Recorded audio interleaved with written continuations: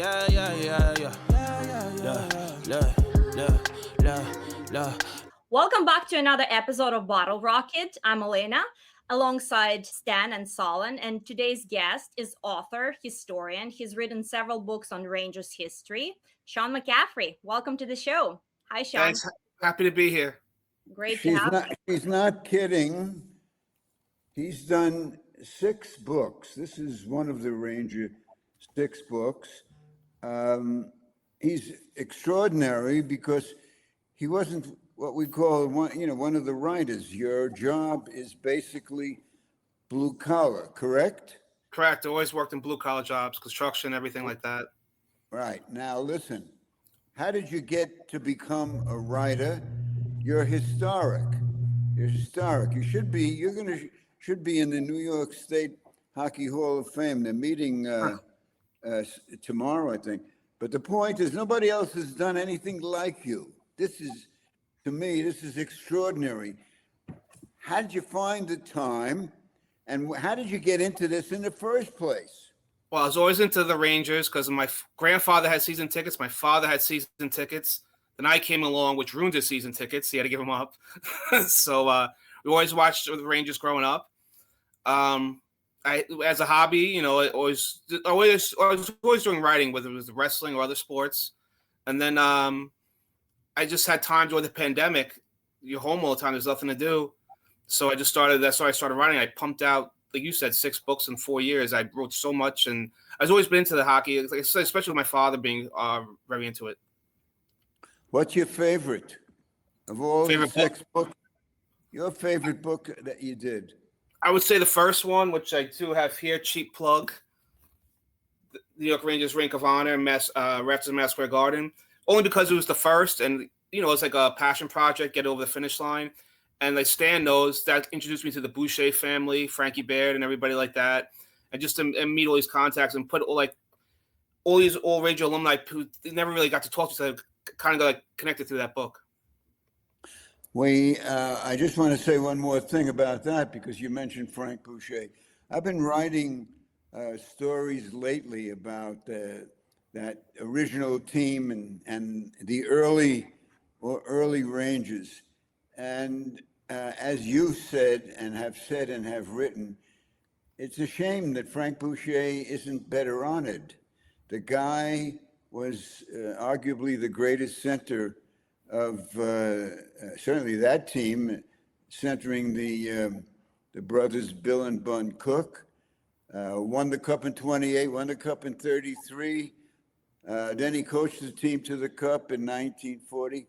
Why do you think he's not getting the honors that he should? What's your answer?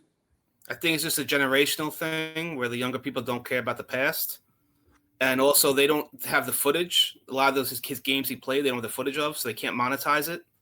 And then, if you know Madison Square Garden, I always call it the dollar sign MSG, because if they can't make money out of it, they don't care. And even they had won. I was there with Frankie for the centennial celebration they did for the 26 team. They gave him a jersey.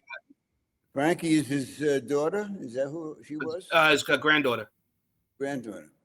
And like? father was Earl, Frank's oldest son. But they just gave him a jersey. Meanwhile, Lundqvist right away, he didn't win anything, right? Right away, his jersey went up in the rafters. Like you said, Frank Boucher won 3 cups. He deserves it. Look at the Knicks right now. Jalen Brunson's number 11 is going to go up to the rafters. Oh. Maybe Karl Anthony Towns, because they won a championship. This guy won 3 and they don't say nothing. Time to bring in the Leaf fans. Do you feel sorry for you suffered with the Rangers? You feel sorry for Alena suffering with the Maple Leafs, or you don't care? Honest question. I'm asking Sean whether he feels sorry for you.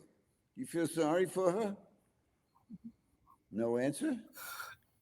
I see where they're coming from. They're kind of like the Rangers. The Rangers are now having a retooling.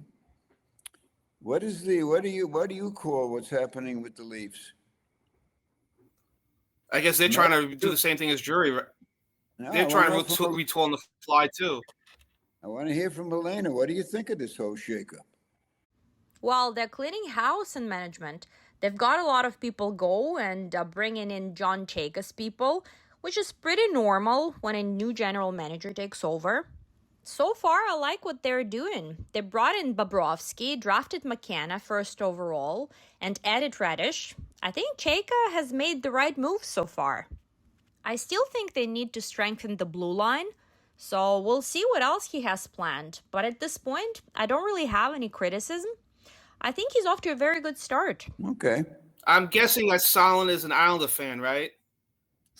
Lucky guess, huh? Right. So Alena better hope I- that her number one pick is like Solon's number one pick and not like my number one pick, Lafreniere. Listen, the one thing that I will chip into that is I actually had the privilege of watching McKenna play a weekend at Penn State this past year. Incredible player. The one thing that I will say is obviously a kid's 18 years old. He's very small. So I'm very intrigued to see how that size and the skill, kind of the difference between the younger players versus the older players is going to match. You saw it with Schaefer last year, and he shocked everybody clearly. But McKenna's a different type of player. So I'm very intrigued to see how that size difference and kind of the skill difference between him and Austin Matthews are kind of going to merge. And assuming that Austin Matthews is still a Maple Leaf at the start of next season, yeah, I mean, Alena, what do you expect out of McKenna coming into next year? Do you expect him to be a top 6 right away on the top line with Matthews, or do you expect him to have limited minutes? I think it's important to watch the chemistry over the first few months and see how everyone clicks together. As you mentioned, he's still a little on a lighter side, so I don't think they'll want to throw him into the deep end right away. Maybe he starts on the third line, and then if everything goes well, works his way up to the first line. He'll probably need to add a bit more muscle, but I think he's going to be a great player. From what you've seen so far, what are your impressions of him? Listen, me personally, I'm going to be very honest. I don't think I was as impressed as I thought I would be seeing him in person. But then again, you got to remember that when I saw him, he was 17, freshly turned 18, playing in the NCAA against bigger, stronger, tougher competition. So he has a year of that under his belt. He has a full offseason to get ready for the NHL with the assumption that that's where he's going to start the season. I mean, he did sign his entry-level contract, so college is no longer an option. So I expect him to kind of seamlessly fit in just because he's training with the Bedards. Obviously, he got hurt, but he's training with the Bedards, the Celebrinis in Vancouver this summer.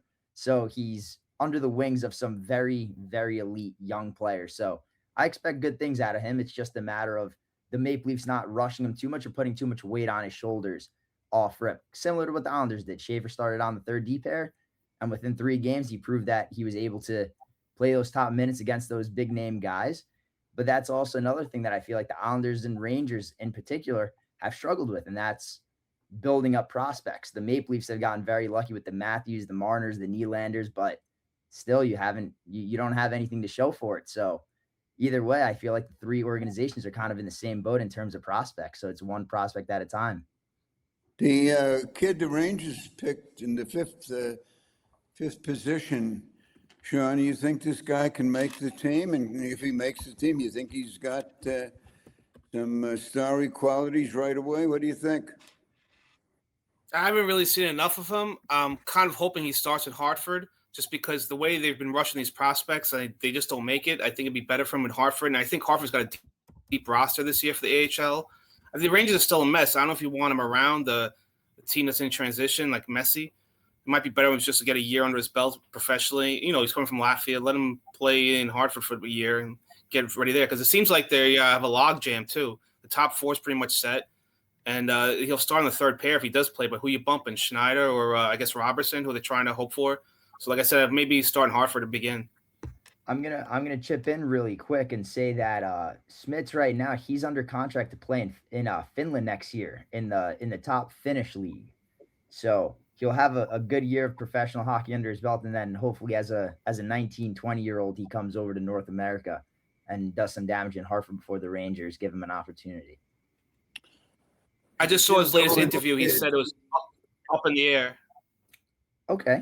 Okay, so there's a question mark there. Yeah, but either way, professional hockey is good for a kid of that age to get under his belt just in preparation for an NHL career. Right now with Quentin, I think that it's very up in the air. I feel like right now it's kind of just been a passing of the torch where you got your ring with the Knicks and now you kind of need to give somebody else the reins for the Rangers. So right now I think it's too early to tell. I'm not sure what Quentin's all about. He's 32 years old, hasn't been in this position before. So even as an Islander fan, we don't talk as fans on this show. We talk about the facts. And right now, Quentin, he's in an opportunity, first timer. I think you got to give him a little bit of grace. You got to give him this season to see what he does. I think that he's going to run with at least the front office that we've seen and known for at least this year, kind of see where it goes, take a grasp for what it is himself, and make a decision after that. You have an amazing coach in Mike Sullivan, two-time. Wait a minute. What makes this guy amazing? Mike Sullivan? What did he do? Did they make the playoffs this past season? No. Did he make the playoffs the previous season? Did he make the playoffs for 2 years before that with Pitts? I don't understand why he's amazing. I will say this. I don't think that every amazing coach will make the playoffs every year, contend for a cup every year, because they don't choose the team that's in front of them. That's the general manager's job. The reason why I think Mike Sullivan is amazing is because you look at what he's done with Team USA's, for example. Being the head coach of Team USA, this guy works with the best US players in the league, in the world.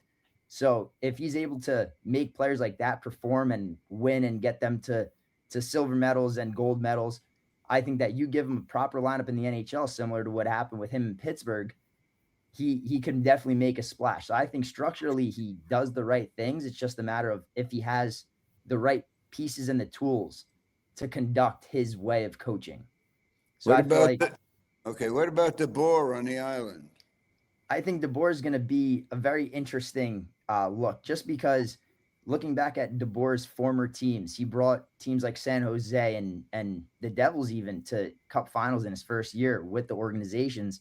But those teams were, in my opinion, more complete, more established, more well-rounded than what the Islanders have right now. I like DeBoer in terms of he's good at developing young players and working with young players, but he's also had teams that have been in those positions before. The Dallases, the San Jose's, the Devils, those teams were playoff teams. The Islanders are not currently a playoff team. So in terms of DeBoer, I'm excited to see if he's able to get him to take that next step into becoming a playoff contender. I'm not going to say a cup contender yet, but get in the playoffs, because once you're in, it's anyone's game. We've seen that time and time again. Sean, what's your view of Sullivan as a coach? Not a fan. There's a reason why Pittsburgh got rid of him. I think he was more of a product of Crosby than anything else. Yeah, I heard Solon just talking about the Team America. Not for nothing, Connor Hellebuyck made 46 saves in that gold medal game. He didn't really coach the goalie. They weren't scoring. I think he's overrated, and I kind of wanted. My first pick was I want to coach Q. Look what he turned the Ducks around, and look at the Florida Panthers dynasty. If that whole thing didn't happen, he'd be the coach of those 2 Stanley Cup winners. And I kind of want, and as personal, like a selfish thing, I kind of want a Torts more than Sullivan. So I'm just a big Torts fan, but I guess maybe also as a longtime Ranger fan, I just can't stand Sullivan because of those runs with Pittsburgh he had against the Rangers. What about losing Trocheck? Is that going to hurt them or what? Can they compensate? I hate it. I just hate it. I don't like the move at all. If you're saying you're retooling, why are you getting rid of him? Why are you getting Dorofeyev and all these other guys, and you're getting rid of your center? One of the biggest problems of the Rangers over the years was their face-off success. He's the best face-off guy they had. Miller's hurt. He had a bad season being hurt. Mika had a bounce-back season after being horrible for the last 2-3 years. You're losing your team leader. You're losing a guy who all these Hartford guys looked up to. I think it's a major, major loss, and you're getting rid of him because the salary cap's going up. What are they worried about it for? How tough was it during the past season for you to write about the team playing badly? How tough was it for you as the publisher and the writer? How tough? I felt I was watching a repeat episode every day. It was the same game. They can't shoot. They can't score. It's horrible. It's terrible. And it's bad for the business too. Like I don't really sell internet ads on my site, but I'm sure all these other guys like the New York Post, the other, the Athletic, all those people, who's tuning in to read about them if it's the same thing every day, just lose, and it's the same way. And it's the same post game comments too. We know what we got to do. We know we got to do better. Do it. I was at Scotiabank Arena covering the NHL draft watch party, and I interviewed a fan wearing a Rangers jersey. He told me, I'm done being a Rangers fan. I'm switching to the Maple Leafs because I'm sick and tired of our management. What's your take on the Rangers management? You know he's got issues, one, because he's a Ranger fan, and two, because he picked Toronto as a second. If he's going to bandwagon, he should go jump to Florida. I mean, yep. And what do you think of Florida, by the way? Do you think they're going to bounce back after such a horrible year? I think they win the cup. I am with Sean on that. I love Paul Maurice as the coach, but I like the fact that they got this crazy Gudas back.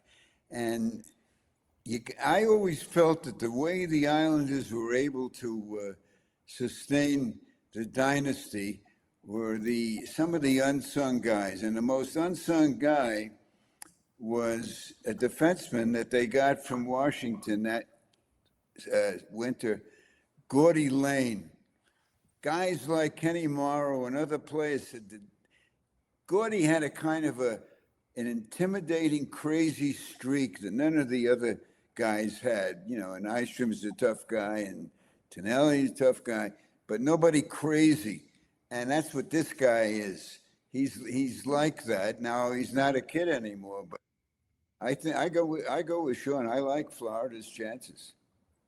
Goaltending is the issue with them. That's what I think. Yeah, the Leafs got Bobrovsky. I was wondering why they let him go. Was it because he was too expensive, or did they just not believe in him anymore? I'm not sure, but I'm really happy to have him on board. Well, you may not be happy after you see him. He had a terrible terrible season. He did, but you never know. Maybe he'll turn it around. I don't know if it's worth the gamble, but we'll find out. Toronto might be better off getting Cujo back. Right. They should put me in net. That's problem solved. You know, I'm talking about the Islanders. The guy that's kind of a sad case is Varlamov. Went through a whole season, and they don't know whether this guy is going to be able to make it again. And that's why I thought that losing Rittich was not a good thing. Not good. I agree. It's definitely not a good thing. I feel like Vitek Vanacek's a good replacement if you want someone similar to a David Rittich. But at the same time, I feel like the Islanders are putting a few too much money on the table betting on Varlamov to play X amount of games next season when we don't even know if he's going to be able to play a handful. Push comes to shove, I think that Rittich would have been a very good option to keep. I think that him going to New Jersey not hurts the Islanders, but it definitely doesn't help keeping him in the division because now he's going to have something to prove. He's going to be on the opposite side of the Islanders for 4 games this season. So you could imagine that he might play 1 or 2 of those games because him and Jake Allen, I think, are going to be a 1A, 1B type situation because I don't think Jake Allen's going to be able to hold his own for 50 plus games for the Devils. But in terms of the Islanders, I think Vitek Vanacek is a good third string, assuming that Varlamov does start the season in the NHL. Hey, Sean, what do you think? All these goalies you're naming. Oh, go ahead. I'd say all these goalies you're naming, they're all a lot better than Jonas Korpisalo. That I feel like that was the biggest surprise for me because I think that the Rangers, I shouldn't say the biggest surprise, but obviously Johnny Quick retires. He was an amazing backup to Igor. But is there a goalie that you have in mind, Sean, that you would have rathered the Rangers get over Korpisalo? Oh, I would give Garand a chance. But if you had to get a fringe veteran for their backup, it's my guy, Cam Talbot. You could have gone for $1 million. You know he's reliable. And if it doesn't work out, like I said, you got Garand. I don't understand why they're trading draft picks for Korpisalo, who was the worst goalie in the league last year. And then they're paying him like $3 million, which makes no sense either. I wanted to ask you, Sean, what do you think of the business going on with the Ducks and the Flyers and the offer sheets. What do you think of that? Think good or bad, or just fun? It's Not good. your dough. It's good for the league interest. I think it's good for the league. It gets everybody going. It's got people talking. It makes things exciting. It's a new wrinkle for these GMs. They got to sign these guys early. So you're going to see bad contracts because they're going to be re-upping on guys so they're taking flyers on, Leo Carlson, the highest paid guy in the league, is insane. It is. How, Do you how think do it's you worth it? think how do you think that this affects contracts that are soon to be signed, kind of like Connor Bedard or a Celebrini?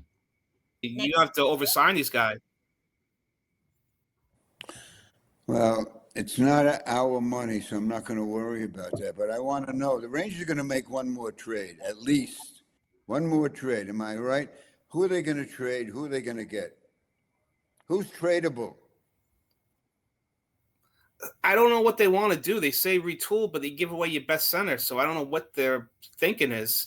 Are they trying to get Larkin? Why would Larkin come here? Why it makes no sense for him. So I really don't know what Drury's thinking. I don't even know why he still has a job here, to be honest with you.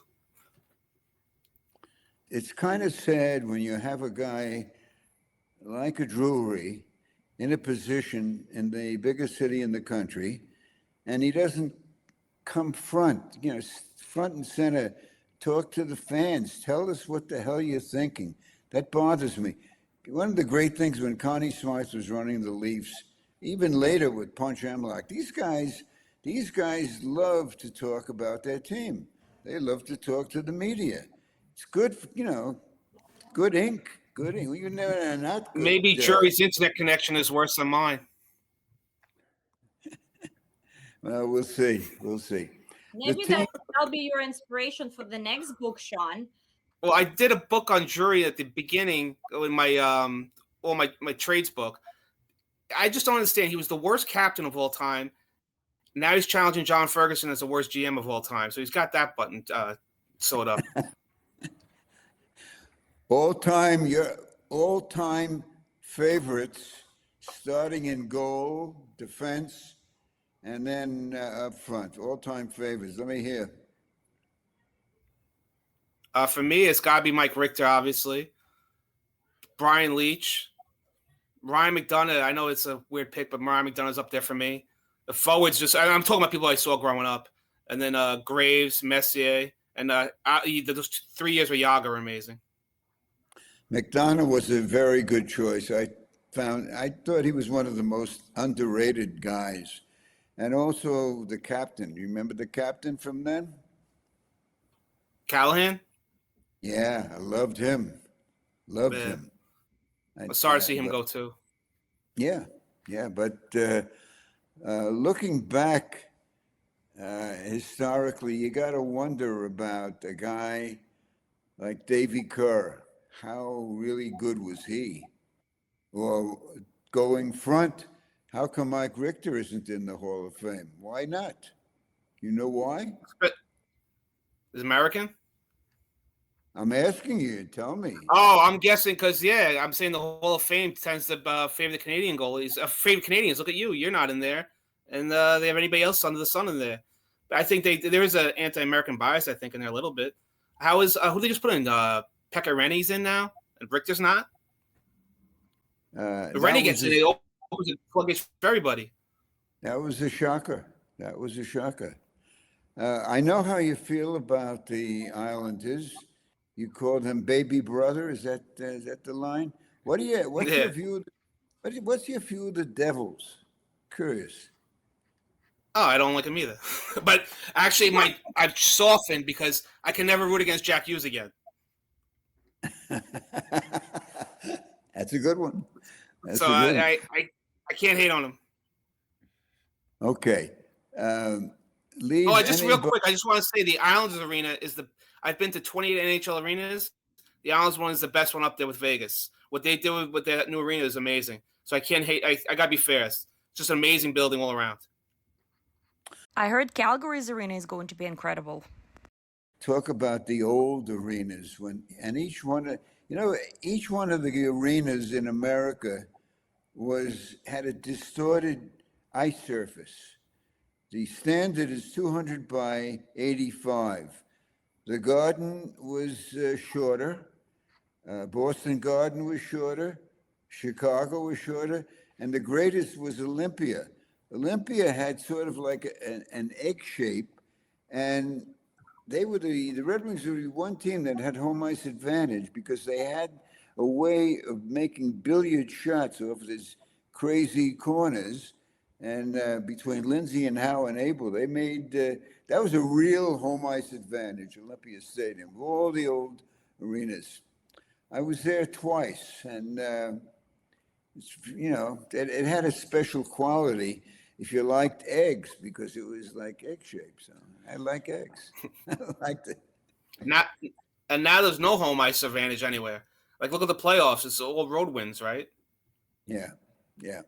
I was sad about Torts. I really wanted. I think he did wrong. I want to get your view and why you think he did it, Sean. Why did he skip the post game when they beat Anaheim? That was a huge win, and I wanted to hear him. Why do you think he didn't show? Well, this news, the story that his side is that they had a flight to catch back to Vegas, and the airport they're flying out of is only like a curfew. So I think he was trying to beat the flight. That's what his side was, whether it was true or not. I'm surprised he didn't want to take a victory lap either. But Torts is Torts. It's just what he does. I'm just more interested to see now that he doesn't have an NHL job. Does he go back to ESPN? You just burnt them. You're not doing these interviews. Does he go back to TV now? Does he go back to media? That's a good question. Yeah. That's a good question. He doesn't need the dough. He would probably still want to coach, right? Oh, he'll be a mid-season. He'll be a mid-season hiring somewhere. He wants to still coach. Oh, that he does. He was disappointed. He thought he came back to the high command thinking that he was going to be renewed, and they don't fool around in Vegas. These guys. I don't know if it's the right move. What do you guys think about the Stanley Cup engraving? The Hurricanes owner had his wife's name and the names of his 5 children, including his youngest, who's just 7 years old, engraved on the cup ahead of all the players. It's disgraceful and it's stupid, and he shouldn't be allowed to do that. How many goals did his family get for the team? For crying, I don't know what the heck some of these guys think. I mean, this guy thinks he's above the league and he can do whatever the hell he wants, and now you can't erase it, right? What's done is done. Well, they can cross it out. I just say because I agree with Stan. I think it's hockey sacrilege, and to Elena's point, you could cross it out. They've done it in the past, and the only thing is in his defense. If you had all that money and you could put your family, everyone's a family man. So I see where he's coming from, but it's wrong. They shouldn't have done it.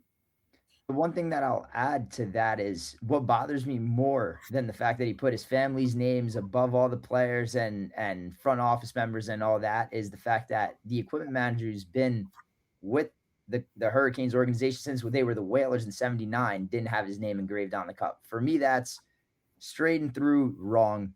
People say, oh, well, he had his name engraved in '06. Okay, he had his name engraved in '06, but guess what? So did Rod Brind'Amour. Why? How do you win a Stanley Cup 2 times or part of an organization that wins a Stanley Cup twice and you only have your name engraved once? For me, that, as Stan and Sean said, that's just wrong. So I'm on the complete same page. No. We'll see what Commissioner Bettman says, if he says anything. Hard to figure. What do you think of Sean? What do you think of another team coming in from either Houston or Austin, Texas? Too much? Well, it's going to bring in one team. I think you got to bring in 2 just to even the numbers. But I think, more markets the better. Although I've been hearing a lot about Seattle, like tanking a big time. Like the fan interest is starting to fall off there. So I think I got to worry about how sustainable these things are. I am also hearing like Atlanta they're talking about for the 3rd time, but everyone keeps saying Atlanta has changed. They can support it. So I don't know. You're watering down the league. It's more jobs, so it's good for the players. So I'm for it at the end of the day. I mean, Sean, I kind of want to turn this a little bit a different direction here. So obviously do a lot of writing. Just out of curiosity, have you had any Ranger players or any players for that matter ever reach out to you about something that you've written? Oh yeah. I know that Steve Valaket's not a big fan of mine. There are the players who have been fans, but I don't want to say the names. I don't want to get them in trouble. No. Well, right now in the greater metropolitan area, which goes into Westchester, called the Athletic. What do you think of the Athletic, by the way? Everything's behind a paywall, and I don't find any of the articles to be that interesting to pay for. They don't break any news. I think you could do a better job with AI.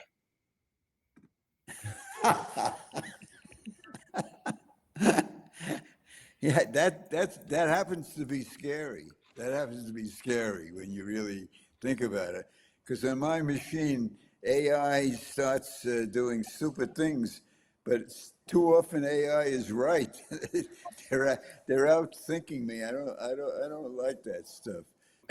What do you think of the new Ranger broadcast team, starting with the TV guy, Kenny? What do you think of Kenny?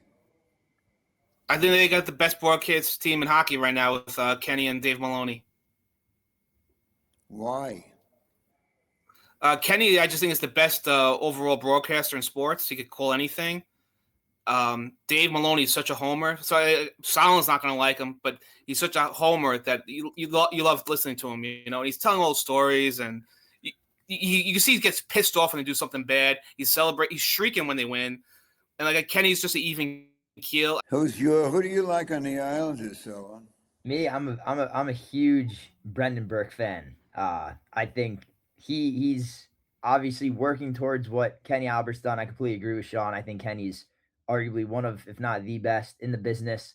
Aside from the hockey side of things, he does all 4 major sports every year. So Brendan Burke, I love listening to him for the Islanders. I love listening to him national games. I feel like he's really working his way up. And as an Islander fan, I feel very fortunate to have a voice like that to listen to almost 82 games this season. So in terms of the Islanders crew, I'm right there with Sean. I'm a little bit biased, but I definitely think that the Islanders have one of the best. The Islanders and the Rangers alike have 2 of the best broadcast teams in the entire NHL. Why don't I hear you mention Shannon? Oh, I love Shannon Hogan. I love Bryce for the Devils.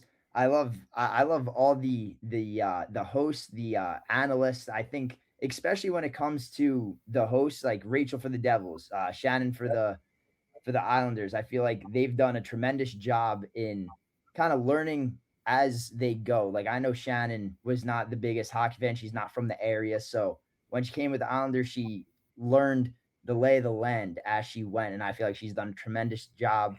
But that's also a huge nod to the people that they work with. As of late, the Cal Clutterbucks, Thomas Hickey's for Shannon, Bryce Salvador for Rachel. You have players like that where, aside from the fact they played, they analyze the game and they break it down so well for people that are learning the game and explain it in such a manner where you understand it, even if you're a casual fan. So I feel like it's just a massive team game. It's a team outside of the team. So all those broadcast teams, they work together and they give you the information that you want to hear, and they teach you things every broadcast. At least that's how I feel. How do you compare the 2 top guys, Burke and Albert? Is there one that's better than the other? I wouldn't necessarily say it's fair to put one above the other, simply because I feel like they're 2 different identities. Kenny Albert, he's been around longer. He has a certain reputation across every sport, from the Olympics to football to baseball to hockey, obviously. And then you look at someone like Brendan Burke, where he's on the newer side. He's more of a new era broadcaster, where he's worked his way up strictly hockey, and then obviously he's fiddled around with other sports as of late. But 2 very different broadcasters in their own right. So I don't think you can necessarily put one on top of the other. Okay, I'm friends with both. So what just amazes me, the Islanders have good scoring there. I'm sorry. The Islanders have Butch Goring there. The Devils have Ken Danico, and we have Steve Valiquette, the worst goalie in the NHL history. How's that work? Well, there's either be well, you got to answer the question. So how come he's still there? I think he's very. I think it's the analytical stuff. Mm-hmm. They like that. It's a new age. I heard the president of MSG likes that stuff.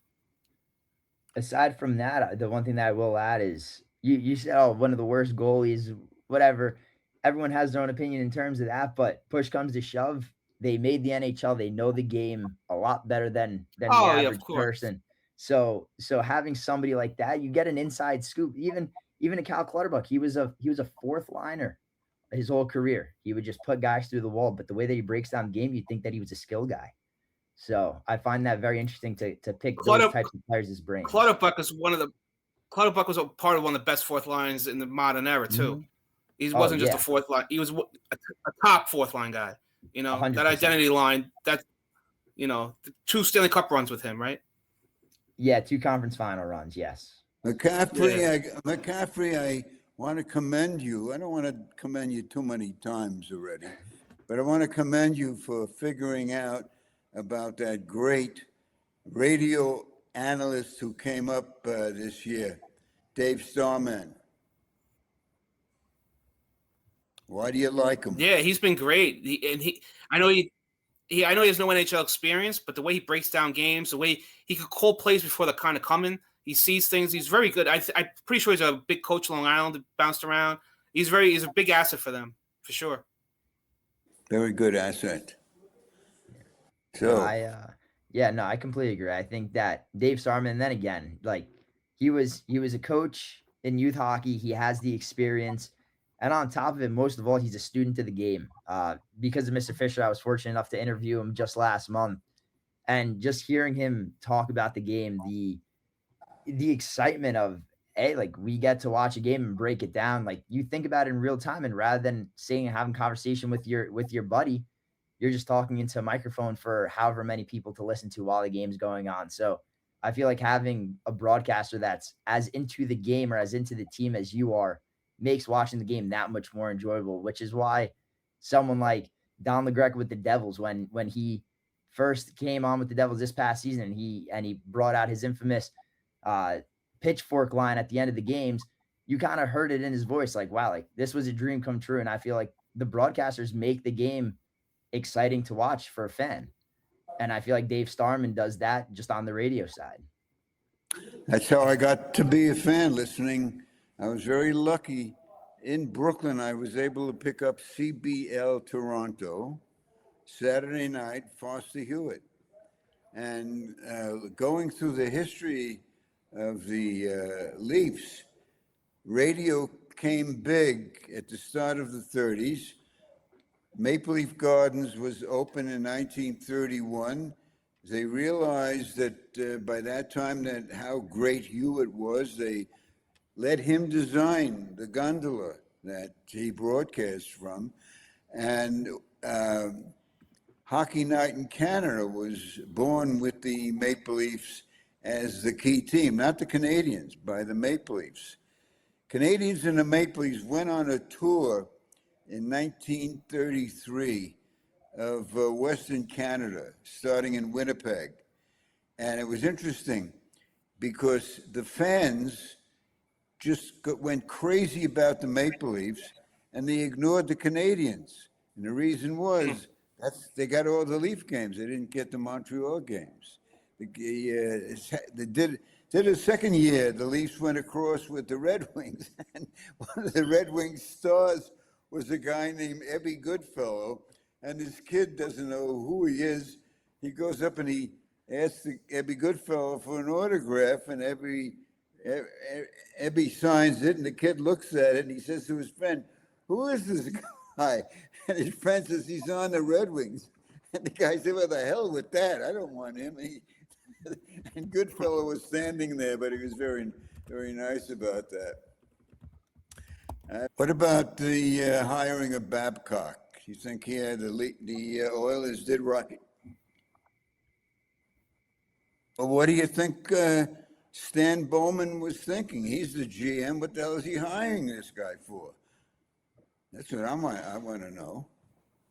But I guess he wanted to give him another chance. They gave Q another chance, and he did well and very well in Anaheim with our dear friend. Everybody loves a redemption story. Yeah, that's true.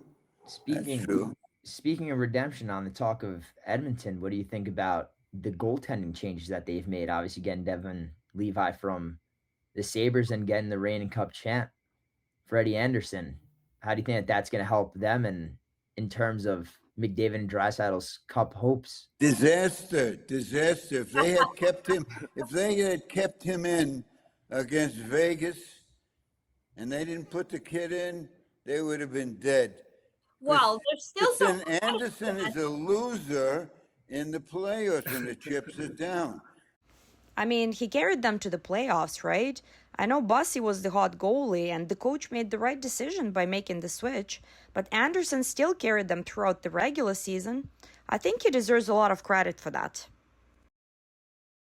Not to take anything from Carolina, but who did they beat? They always lose to the Rangers. They always lose to the Panthers. Who did they beat? They beat a Ottawa team that was a mess, a Flyers team that's a mess. Come on. I don't think it was Anderson. And Anderson's always hurt. Even in his old runs, you had Ronta replace him half the time, and you had the Russian kid replace him half the time. So I don't think Anderson's that big of a deal either. He'll be hurt half the season anyway. That's the problem. He always gets hurt.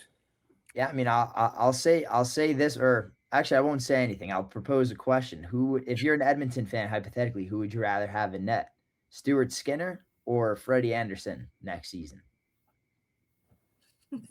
Oh yeah, Anderson over Skinner. Exactly. So one way or another, you could say whatever you guys want to say about Anderson, but it's an improvement. And where have Edmonton struggled the most? At least what kicked them in the butt the most during their 2 Cup final runs? It was goaltending. So I think an improvement's better than staying stationary. And for the first time in a very long time, Edmonton's trying to do some good in the blue paint. So I'll give them credit for that. But now the bad. I just think it's too late for them. Yeah, no, I completely agree with that. I mean, staying with Edmonton and being too late. Do you think McDavid requests an out if this season goes farther south than he anticipates? He's coming to the Maple Leafs. It doesn't matter, Alena. I will repeat to you. It doesn't matter whether you get McDavid, Draisaitl, or Joe Schlump. You're not going to do anything as long as you got that Tavares guy there. Okay, I would suggest the best thing they could have done was make him the coach of their Marlies or whatever and change the uniforms into pajamas.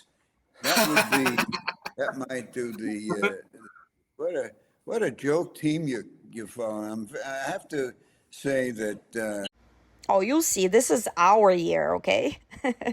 Oh, and John Gruden was promoted from head coach of the Toronto Marlies to assistant coach of the Toronto Maple Leafs, which I'm really happy about. Congratulations to him.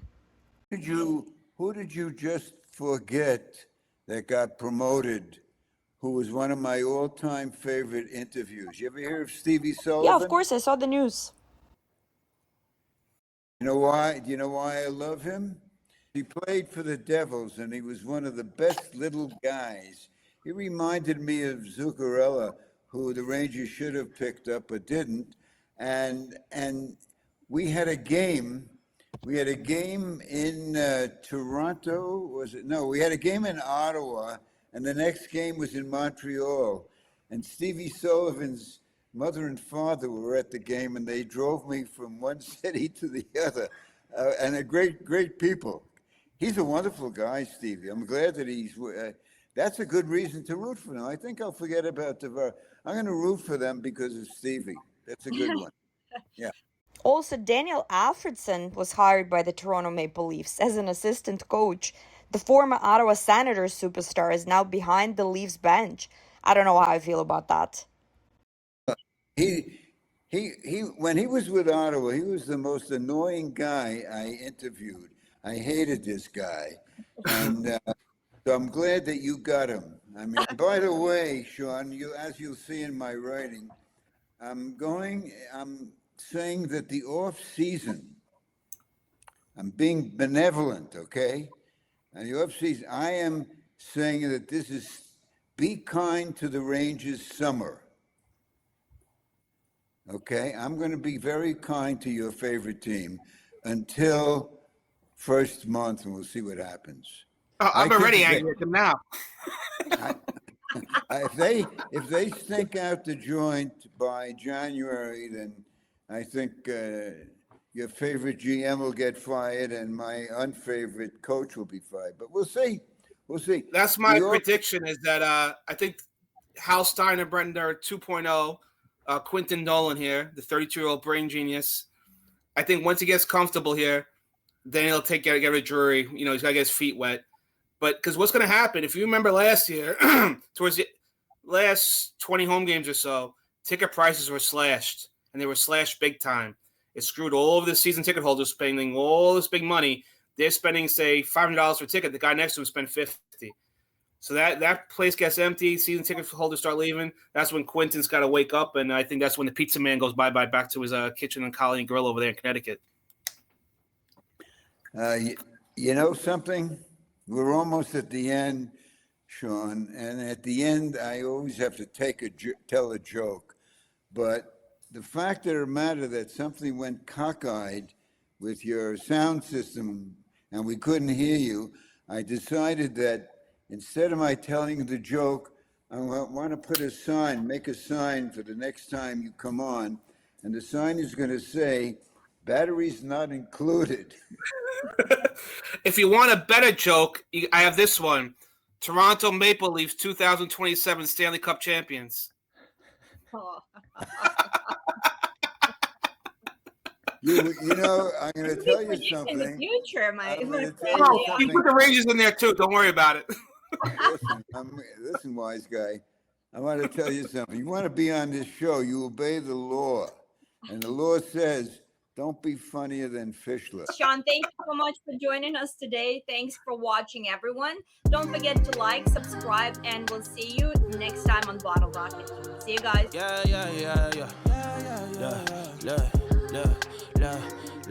Never